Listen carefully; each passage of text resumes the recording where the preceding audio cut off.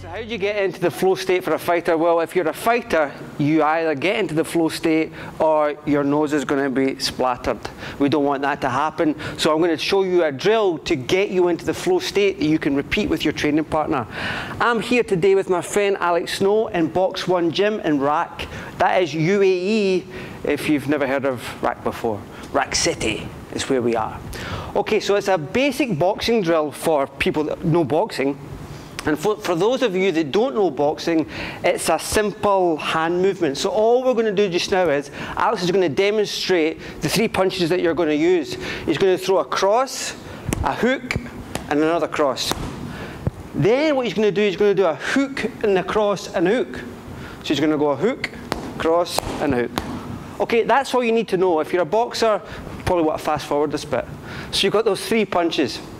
Next, we're going to layer the difficulty onto it. I want to put him under a bit of pressure, not too much pressure. I'll explain more in a moment.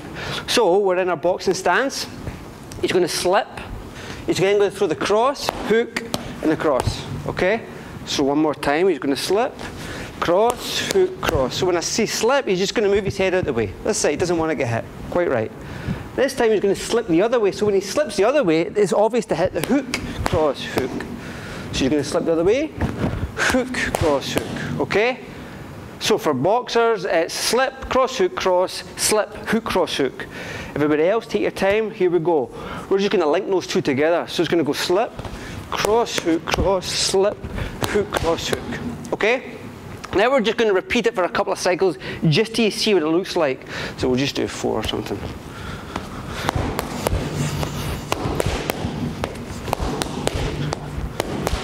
Okay, so for that drill, what Alex is doing is, once we get into the rhythm, we set the timer for 1 minute, 5 minutes. His job is to keep going. His job is to use this exercise as a way of, as like a tool for meditation. It's an active meditation. When he puts himself into the flow state, his brain waves are pretty damn similar to what they'll be like if you're meditating. He puts himself in what's called a transient hyperfrontality, where parts of the brain are shutting down. I, as a training partner, are helping him to do that. Because I'm a gentleman, and that's what friends do as well. So I'm helping him get into the flow state with this drill. Another way for me to help him get into this drill is we use something called the rate of perceived exertion, okay?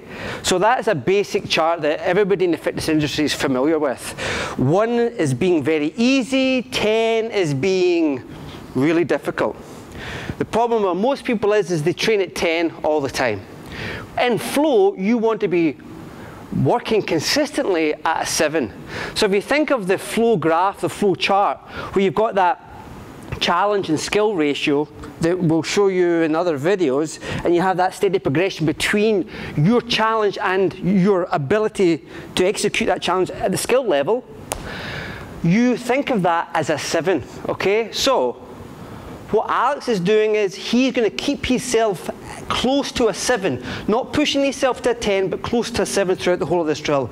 Me, as his training partner, I'm going to help by, I know his intention to be at 7, and I intend to put him into a 7.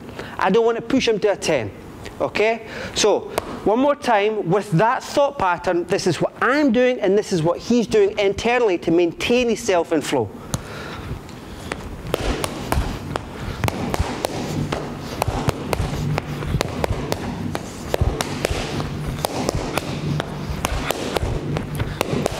Perfect. And so all Alex does there is he sort of zones into the drill. He'll probably pick a part of my chest or my face, and he just zones into that and repeats the drill over and over.